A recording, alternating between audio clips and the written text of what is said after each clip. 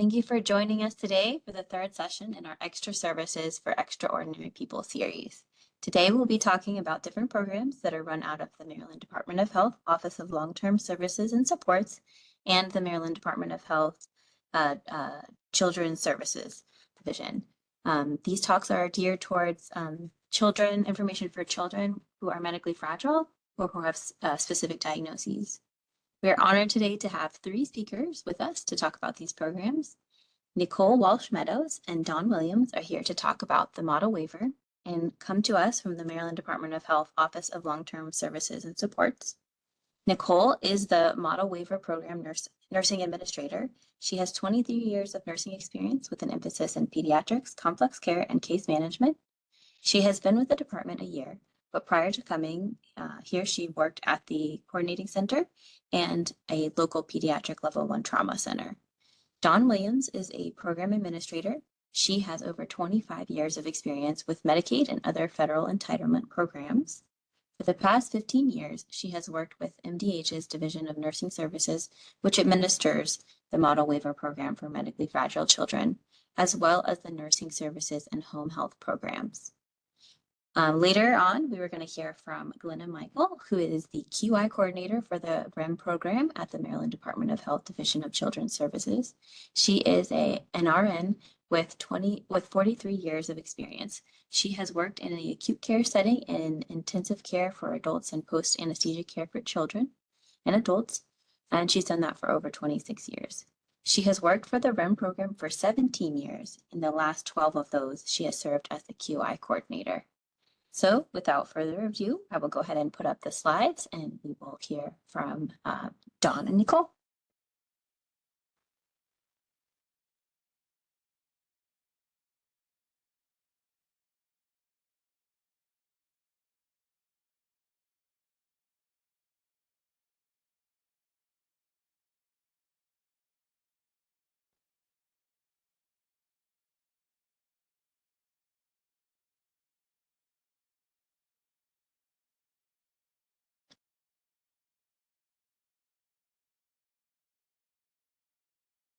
Can you all see these slides?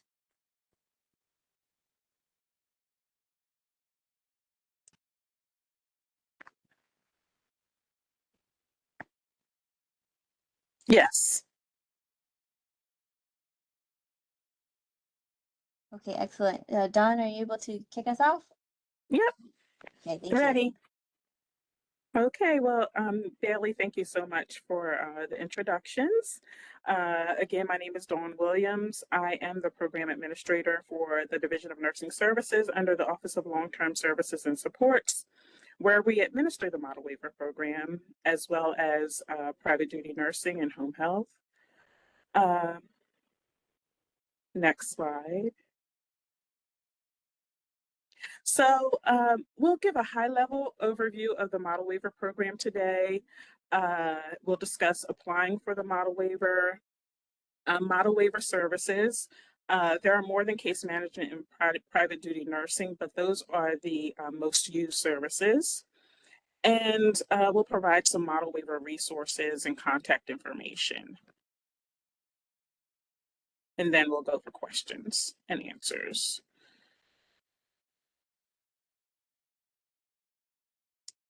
So I believe in a previous webinar, Jamie Smith, our Director of Office of Long-Term Services and Supports, mentioned that in 1981, amendments to the Social Security Act added 1915C waivers. Not long after that, the model waiver program was established in Maryland in 1985, which allows medically fragile individuals who would otherwise be hospitalized or certified as needing either hospital or nursing facility level of care to receive medically necessary and appropriate services in the community and in their homes. The maximum number of individuals who may be enrolled in the model waiver at any one time is 200. So, of course, within a year, we may have more than 200 because they go on and off, but at any one time, there's no more than 200. Next slide.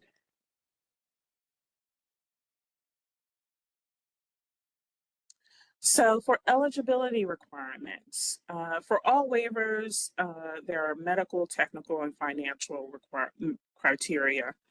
For model waiver specifically, for medical, the participant must meet nursing facility or chronic hospital level of care.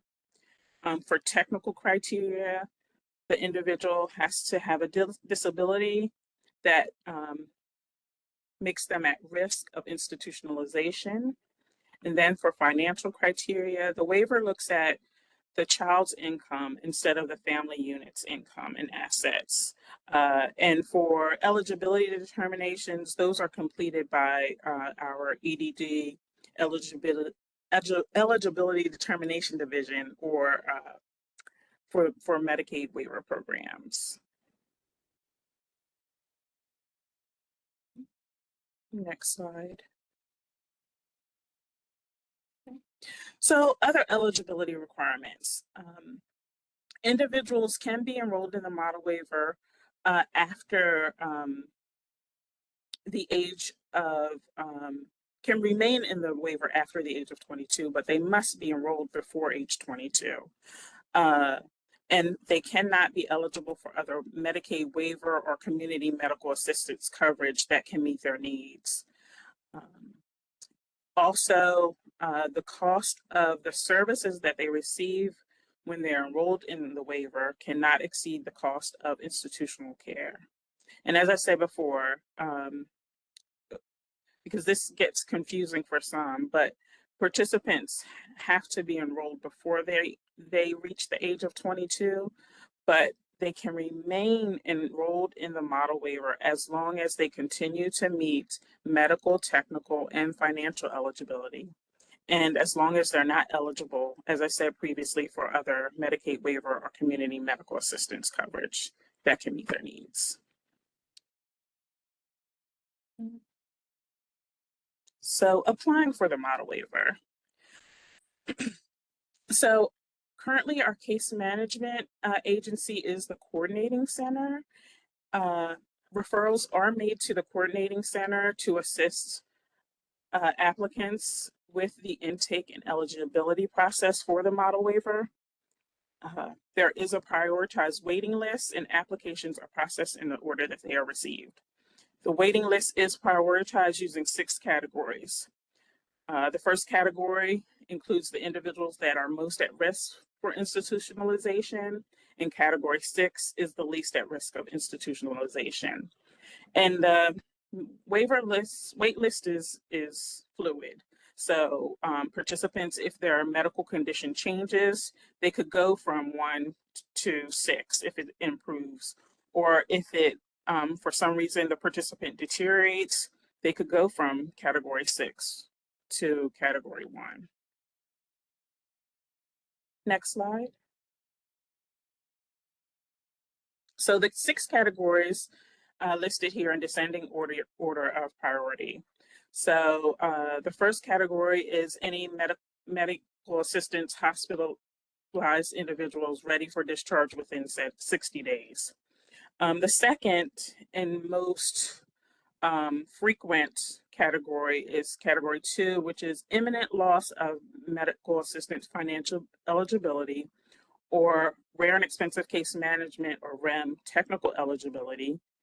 And those who are also receiving private duty nursing, DMS, DME, or any other essential resources needed to stay in the community. The third and most frequent priority category is technology dependent, requiring one-to-one skilled nursing care on a 24-hour basis. Next slide.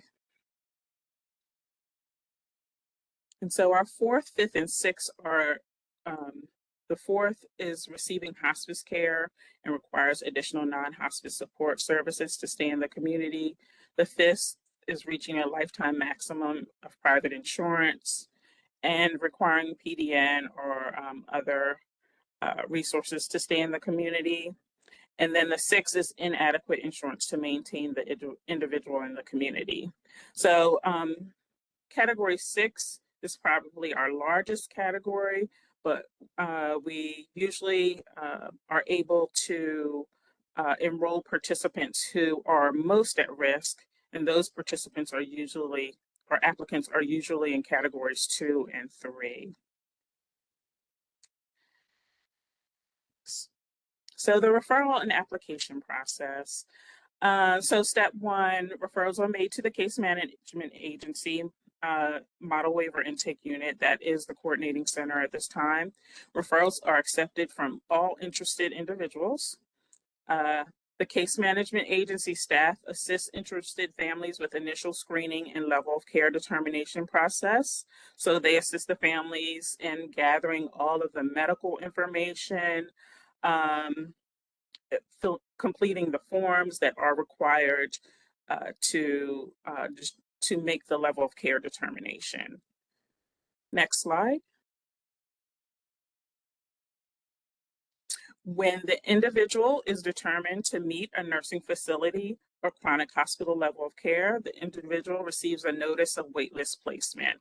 So Nicole, who is our model waiver administrator, will look at the information, forward that information to our vendor, Telegen at this time, who makes the determination of the level of care.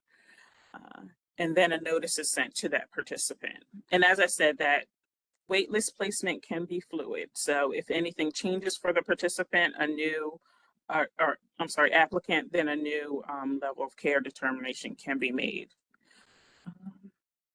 And as enrollment slots become available, the case management agency contacts individuals on the wait list to complete the eligibility application.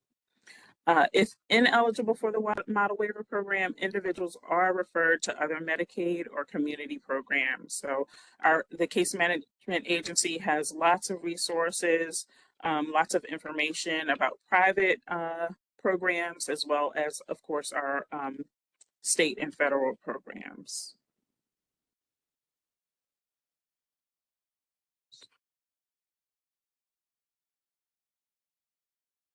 Okay, and model waiver services. So the services that are included on the model waiver include case management, certified nursing assistant services, medical daycare if over the age of 16, physician participation in the plan of care development, and private duty nursing services. Case management and private duty nursing services are the most utilized outside of physician participation in the plan of care development. The plan of care development happens either annually, but mostly biannually. It is where the multidisciplinary team meets, which includes the case manager, of course, the participant, their physician, if they have nursing, a representative from their nursing agency, and any other persons that the participant agrees to have at the meeting. Nicole, did you have anything to add there? And the parent if the participant is under yes. age.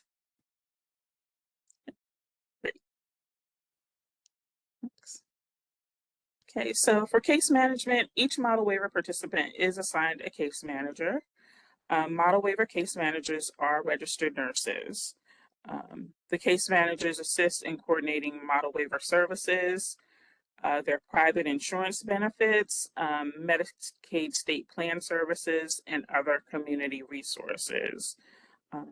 Anything to add there, Nicole? Nope. Okay, cool. So private duty nursing services. So any Medicaid individual under the age of 21 can receive medically necessary private duty nursing. A lot of times there's some misinformation out there that it's only available to REM and model waiver participants, and that's not true. Any Medicaid individual who for whom the services are medically necessary, they have to be determined medically necessary, can receive private duty nursing. That being said, most of the participants receiving private duty nursing are enrolled in either the model waiver or REM program. So the way that we define for Maryland Medicaid for private duty nursing services, we define that private duty nursing as more individual and continuous than home health services. So our home health services are those intermittent visits or part-time care, like when you think of an RN visit to complete wound care or a visit for physical therapy. Those are usually services that are temporary and maybe once or twice a week, where our private duty nursing services are usually daily. Our participants have chronic conditions and they usually, so the services usually last much longer than a home health service. Services are provided in the home or a community-based setting rather than an institution. And those services are rendered for the most part by residential service agencies. We have a couple of home health agencies that have provided private duty nursing services in the past, but most are provided by residential service agencies. And finally, our model waiver resources. If you receive a copy of this PowerPoint, there's a link to our Division of Nursing Services staff information, contact information. As I said, we administer both the model waiver program as well as the EPSDT nursing service program, as well as home health. So if there are questions regarding, or if you ever need to reach out to us, you can access that. And the coordinating center, they are the case management agency responsible for model waiver intake, enrollment, and case management services. So they can also be reached for any questions about the model waiver. Okay, and so now we'll take any questions. Please refrain from sharing participant information, but if you have questions, we can start there. So I'm actually going to hold questions until the end of our next presenter's presentation. Sorry about that, Dawn. Okay, no problem. But so hold your questions, or you can go ahead and put it into the chat if you don't want to forget. We will get to those questions at the end, but we've got some great information to hear from Glenna. So I will reshare the slides, and Glenna, you can continue your presentation. Okay. Hi. Good. Welcome everyone. Good afternoon. I don't know why my camera isn't working, but anyway, my name is Glenna Michael, and I am the Quality Improvement Coordinator for the REM program. The REM program has been around since about 1997. We're actually not part of the home and community-based waivers as such. We are part of the health choice waiver. So we're associated, and the health choice waiver is what's associated with the beginning of the MCOs when Maryland Medicaid decided to provide that model of care to Medicaid recipients. So you can move to the next slide. This, basically we'll just go over what it is. And as I said, a little bit more on the background, who works on the team. So, and I believe you'll get a copy of this, so you'll be able to have our names and email addresses. What the goals of the program are, eligibility and the intake process, and then the case management process, which is contracted out. Our current vendor is the coordinating center. And the some of the things that we do for quality improvement and just general Medicaid services. You can go to the next slide. So as I alluded to before, we were born out of the health choice waiver. And when they were developing that waiver and starting the MCOs, they decided to provide a service where someone who is medically fragile, we include adults and children, but for people who are medically fragile, that their needs and their costs might be more difficult to provide in a traditional managed care organization. So they came up with the REM program as an alternative for those clients. And so in order to be eligible for us, you also have to be eligible for Maryland medical assistance in a health choice eligible coverage group. We do not provide Medicaid eligibility. You have to apply for Medicaid eligibility either on the Maryland Health Connection or through if you receive SSI or one of the other home and community-based waivers, with the exception of the model waiver. But if you were in like the community options waiver or in any of the DDA waivers, those are all provided health choice eligible coverage groups. So then you could apply for the REM program. As I said, we're, the age limits are up to 64 years old. Okay, next slide.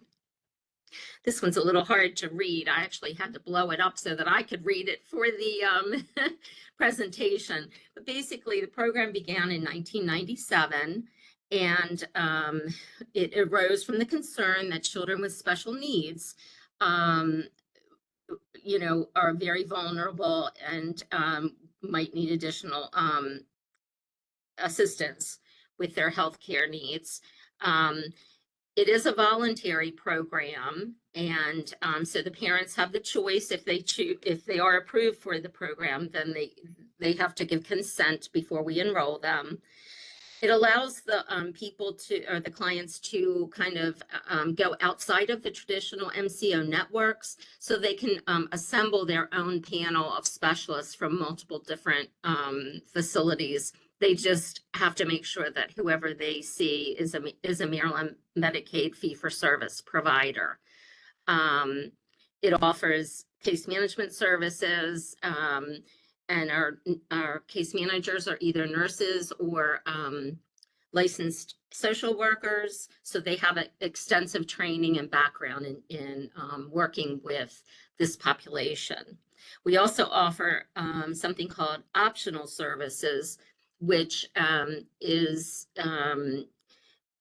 includes a variety of things, but I think the one that most people are interested in is the private duty nursing, adult private duty nursing, because as Dawn's mentioned in her presentation, EPSDT guidelines for Maryland Medicaid only provide that if it's medically necessary and pre-authorized up to the age of 21. So our clients, if you're in a diagnosis that extends to age 64, they could apply for nursing services. Again, it would have to be medically necessary and pre-authorized.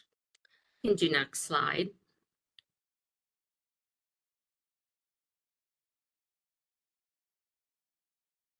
The REM team, we have a new chief. Lori Proctor is the new chief of division services.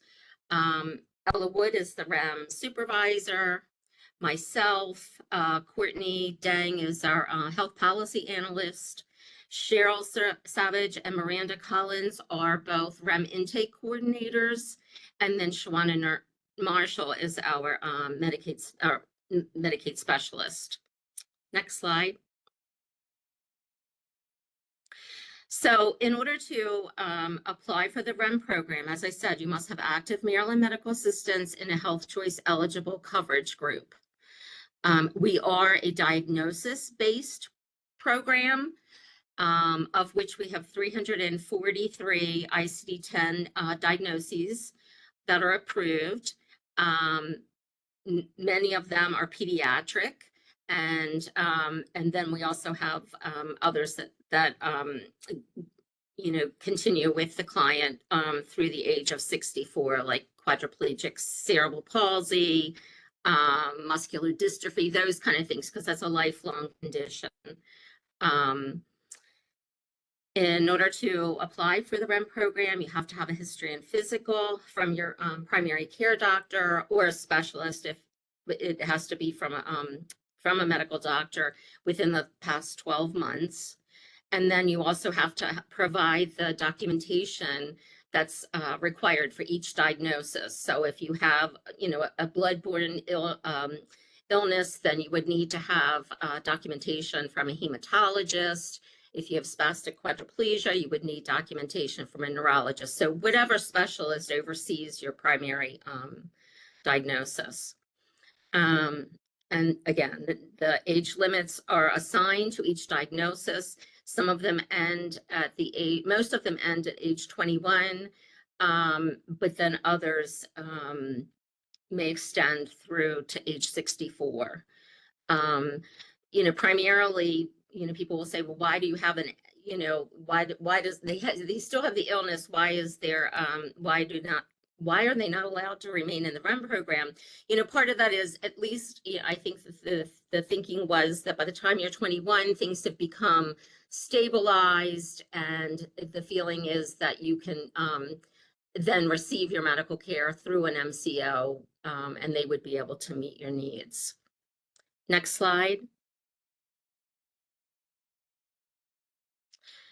Again, the case management goals are to provide the participants with an efficient service coordination that is safe, effective, timely, well-organized, equitable, and customer-focused. We work with all the other programs. We work with DDA, CFC, Division of Nursing Services, Model Waiver, to coordinate services so that the needs of the client can be met. We provide or we require face-to-face on-site visits, and then also a monthly contact with either telephone or email. We also coordinate with school health-based services with the local school system.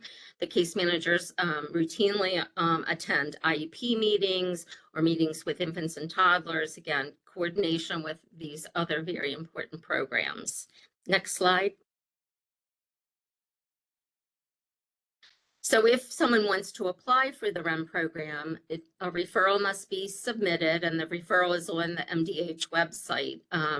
Things are getting moved around a little bit there. We used to be under long-term care services. I'm not really sure why, because we're the acute care administration, but that's where it is. If you need assistance with finding an application, feel free to contact any of us, and we can fax it, email it, mail it, whatever you wish.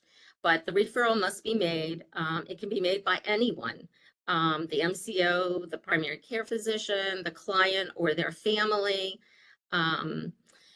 The referral is actually only just a two-page referral, and then there's all of our diagnoses are also included in the referral. So it's like 14 pages, I guess, if you printed it all. So you would just complete the first 2 pages, which has all of the demographic information, who your primary is and whatnot. And then the physician must sign it and attach the supporting documentation. And then it can be emailed or faxed to the REM intake unit. Once the application is complete, then a decision is made within 5 days of receiving the application. Again, that's provided we receive all of the documentation we require. Next slide.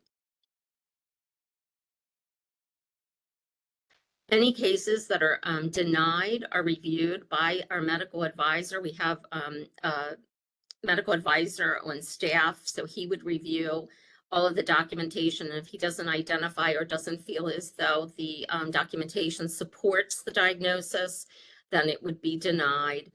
Over the last year, we received 1,042 applications. Of that, 511 were enrolled. Just some basic other statistics. Currently, we have 4,476 REM participants as of that day. We're always getting new ones, and disenrolling other ones. So that was the total on May 14th. Of that population, 71% of the participants are under the age of 21, and that has been increasing or decreasing. We're getting more and more adult populations. Next slide. The case management services are statewide. As I said before, they are provided by a registered nurse or a licensed social worker. And currently we contract with the coordinating center to provide our case management services. Next slide. The case managers complete an assessment of the participants' needs. We do a holistic assessment, medical, environmental, school. We cover a lot of, they do a complete total assessment. From that assessment, they'll develop a plan of care with the primary physician and the participant and the family. The case manager does coordinate services among all the other programs that are offered through Medicaid, as well as DME, medications, things like that. They routinely contact pharmacies to assist with getting approvals for medications that need to be approved, DME and DMS services. And they encourage the EPSDT REM eligible clients and their family to make sure that they complete the EPSDT services in accordance with the periodic schedule. Next slide. They assist with gaining access to all medically necessary services. This is, pretty much the same as the last. They also assist with school-based services through the IEP or the IFSP. Something new that's coming, it's not just for REM participants, but they're looking at expansion of the school-based services for behavioral health services for participants who are not on an IEP or IFSP. And then they monitor and update the case management plan. Next slide. They assist the client to transition services back to the MCO if it's by choice, if the parent wishes to return, or if they're aging out of their current REM diagnosis. The frequency of contact with the REM case manager is dependent upon the participant's level of care, and that's the level of care established by the REM case manager. And as I said, we have face-to-face visit, telephonic, and we do offer some virtual case management services, but key to our program is that we really like the case managers to visit the client in their home so they can do an evaluation of equipment and obviously identify any other needs that the client may have. Next slide. These patients, as I said, they're in fee-for-service Medicaid when they're enrolled into the REM program. So they have the standard Medicaid fee-for-service benefits. It includes dental care and vision services for under 21. They can see anyone who is a Medicaid fee-for-service provider. And as with other Medicaid programs, there's no pharmacy co-payments for children. I'm just touching on some of the more frequent things. Obviously, we cover DME, DMS, pharmacy, hospitalization, outpatient procedures, that kind of stuff. Next slide.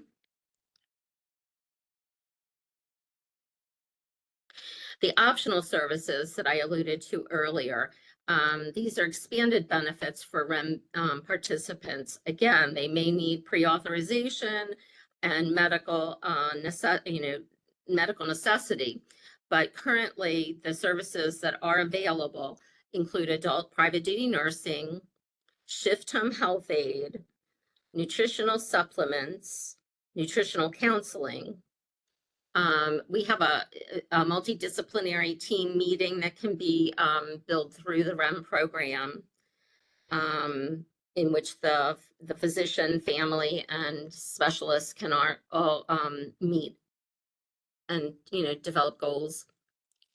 Adult chiropractic and adult occupational therapy are also part of the REMS optional services. And again, must be medically necessary and may require pre-authorization. Next slide. That's our contact information, the phone number, or as I said, you have our email addresses. Feel free to email any of us or give us a call.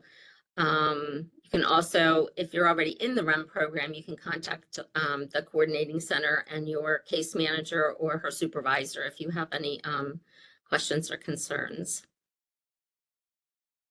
And that's it. I think I flew through that pretty quickly. Sorry, I'm not used to speaking so much. Thank you so much, Glenna. With that, we can actually take questions for Glenna and the REM program, or for our former speakers, for John and Nicole, for the Model Waiver program. You can either type them into the chat, or if you want to raise your hand, I will give you access to unmute yourself to ask your question. Thanks.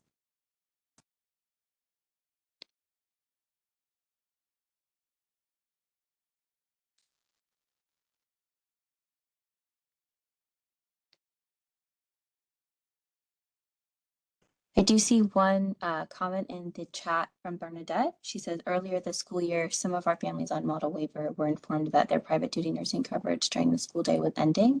They were then told that the change in funding was paused. Do you have an update on the status of the Model Waiver PDN coverage at school?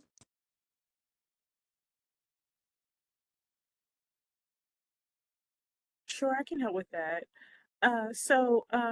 For our participants in the Model Waiver and REM programs who were receiving private duty nursing, and that private duty nursing was funded by Medicaid and accompanying participants to school, we are transitioning those participants to funding through the school if the school deems that that is on their IEP.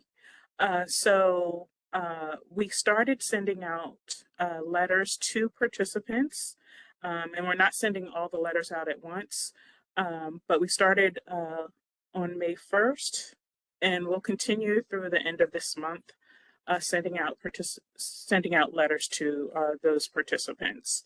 And so the letter indicates that the participants have 60 days to make the transition to PDN coverage at school.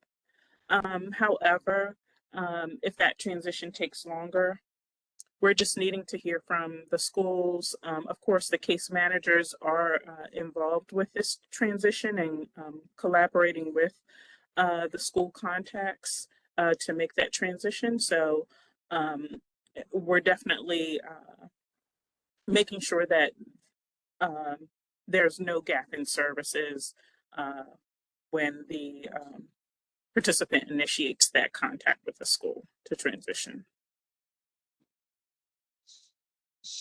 Both, and I see, will the local school districts be notified or just the families?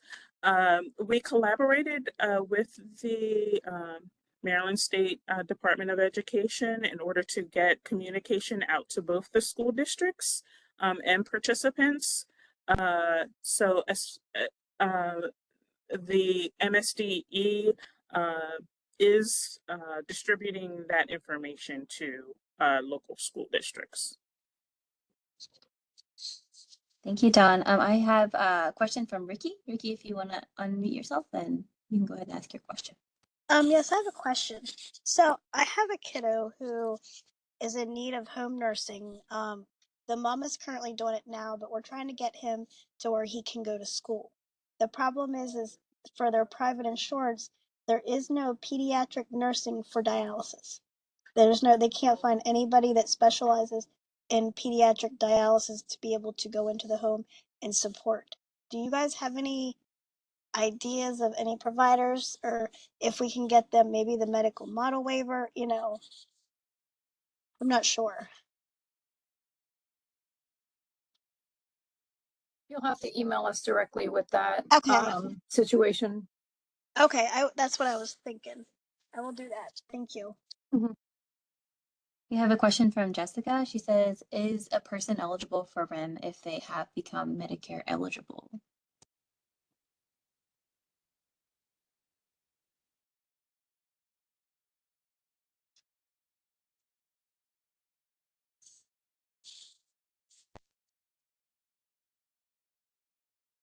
Glenda, did you want to answer that, or did you want me to Yeah, answer I'm that? sorry, I was talking and I was muted. Once a person becomes eligible for Medicare, they are no longer health choice eligible. And remember, that was one of our first requirements in order to apply for REM services, is that you must be in a health choice eligible coverage group. So if someone already has Medicare, then no, they're not eligible for the REM program. We have changed our regulations. I don't know how long ago, it's been several years now, that if a client is currently enrolled in the REM program and receiving private duty nursing, at the time that they become Medicare eligible, we allow them to remain in the REM program as long as they're receiving private duty nursing. But if you're already Medicare eligible and not in REM, you're not eligible.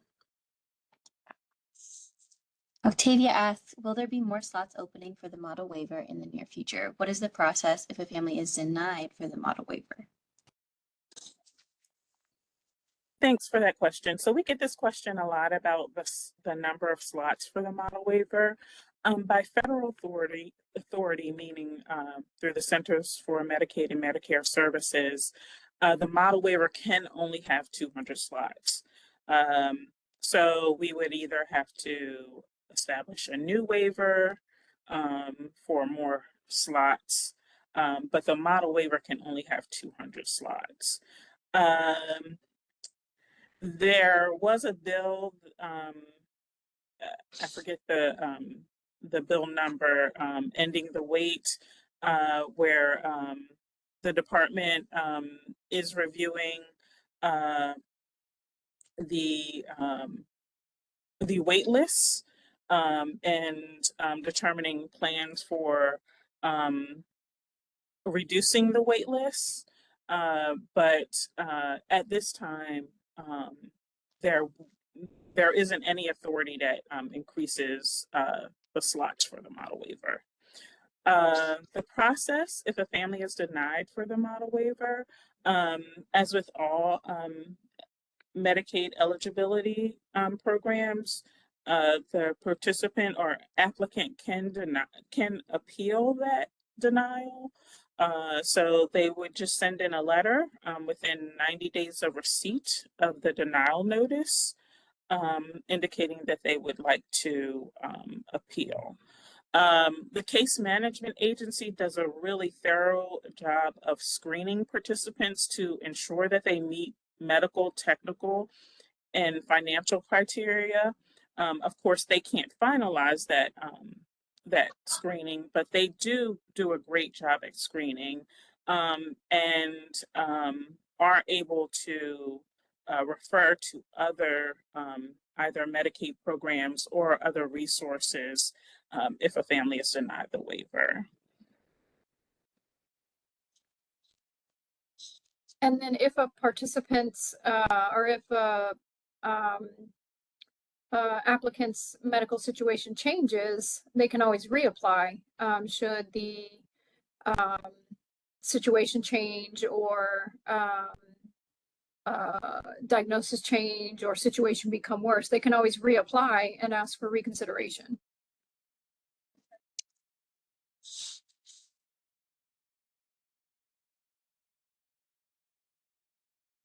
Jessica says, asks if the information about the, I think what her original question was about eligible for REM with if they become eligible for Medicare. So is that information being shared with DDA?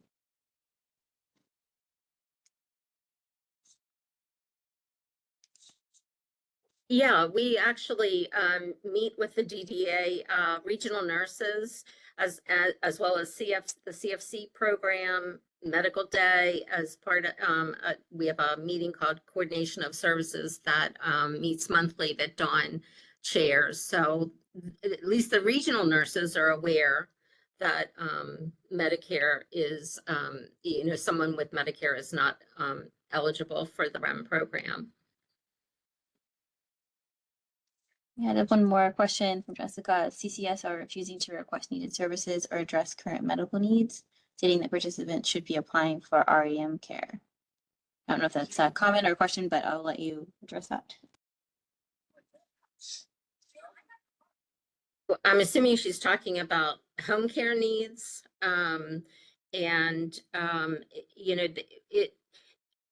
We do have to screen, and Dawn can probably speak better to this, but the Division of Nursing Services evaluates clients to see if there's a medical necessity for skilled care, continuous skilled care. So they would make the determination if it is not continuous or not a skilled care need, then I assume it would be denied, and then they could ask for assistance from like the CFC program or DDA with their personal supports.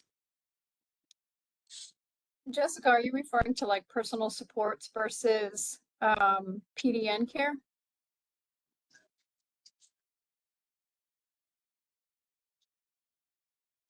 She can't unmute. Can you, Bailey, can you unmute Let her? me get you unmuted. I apologize, Jessica. Okay, there you go. You should be able to now. Hi, can you hear me? Yes. Hi, sorry. Yeah, sorry. It was a lot to type. I was just trying to get some clarification because I have my sister. She was in the REM program for years while living with my parents and then heading into the pandemic. Her paid department nurse was lost by the agency and they couldn't find a replacement. So in an effort to address her needs, they had continued searching and we explored options through DDA with her DDA CCS. And subsequently, our parents died. She moved in with me. She became Medicare eligible based on the applications we submitted for her for Social Security. When doing that, her REM case manager made it very, very, very clear that we could not duplicate the services. And since REM couldn't provide a paid department nurse, DDA would be able to take over the nursing portions of that. Ultimately, the decision was to drop REM in order to institute the DDA, which had much more flexibility in hiring and recruiting. But since then, we're in our second year into that, her CCS is consistently failing to address her medical needs and saying that that would become a REM program issue, that we would need to apply for REM again. And I've tried to say that I was told once she became Medicare eligible, she would never be able to be eligible for REM again in the future. So now we have a huge gap in the level of care that she needs post-pandemic, during the shortages of everything. I think it made sense to switch from one program to the next because they could actually staff it. But it wasn't a clear answer on addressing her needs. And now ultimately it's been dropped and ineligible, but we can't ask for certain things in her annual plan according to her CCS because those would be too medically necessary. That DDA would kick it back and say, no, that needs to go to a different program. And that's what we've been dealing with for 2 years. I'm sorry to hear that. Please give me a call. I'll look more into the specifics Okay. of the case to see what was going on at the time of her disenrollment. Okay. So the numbers in the contact information. Awesome. 1-800, I can tell you, it's 1-800 Okay. 565-8190 and just ask for Glenna. Glenna. All right. Thank you. I really appreciate it. There's Yeah. somebody else saying the same thing, Glenna. A lady named Stacy says she's experiencing the same thing. I've been told personal supports cannot provide private duty nursing tasks, and she's a CCS. So this looks like a broader picture. We may want to talk about this with Lana tomorrow in COS. Yeah, I think my biggest concern was that it from the CCS agency standpoint, because we've had supervisors even weigh in on this during annual PCP meetings, and we're getting mixed remarks regarding this, particularly in this community of, it's a little confusing sometimes because she's not a child anymore, and she's an adult, she's 33, but she's not over 64. And there's just a huge disconnect, I think, with the CCSs that are managing and building the plans for these individuals. And we have to work within certain stipulations, but they don't always address everything medically. And they're refusing to because they said it falls under a different program. So I appreciate your response. I'm sorry, that's a lot. No, I can hear your frustration. It is very difficult because we are kind of divided. REM is the medical component of but we're through Medicaid.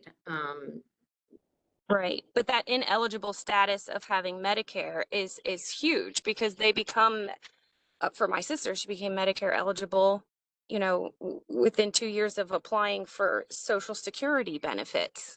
I had no Right. idea that one thing would affect the other, and when our parents died, she immediately, Medicare took over, and they don't provide anything.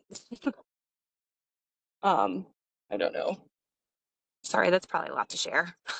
I'm gonna mute Oh, now. no. Somebody did put in a comment in response to that because they can coexist at times. You can have some DDA services and some REM services, but without knowing all of the specifics, it's Right. kind of hard to just give a general answer. Okay. All right. Thank you.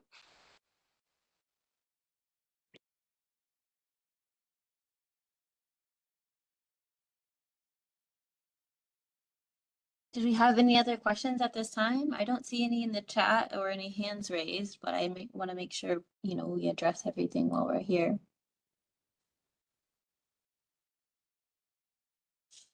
Just a reminder that we will send out some of the slides from the presentation today, and this is being recorded so you can access it.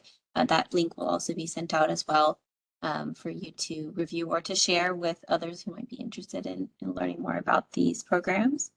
And in the slides, I know that they did put contact information if you were looking to reach out about a specific case. You can do so. Thank you so much for joining us. And we do have one last of ours in the series. It is a program, the model waiver for, or not the model waiver, I'm sorry, the waiver for those with autism spectrum disorder. So that final session is going to be happening on May 30th at noon. So if that is applicable or interesting for you, I hope to see you there. And otherwise, I hope you all have a beautiful day. Thank you. Thank you.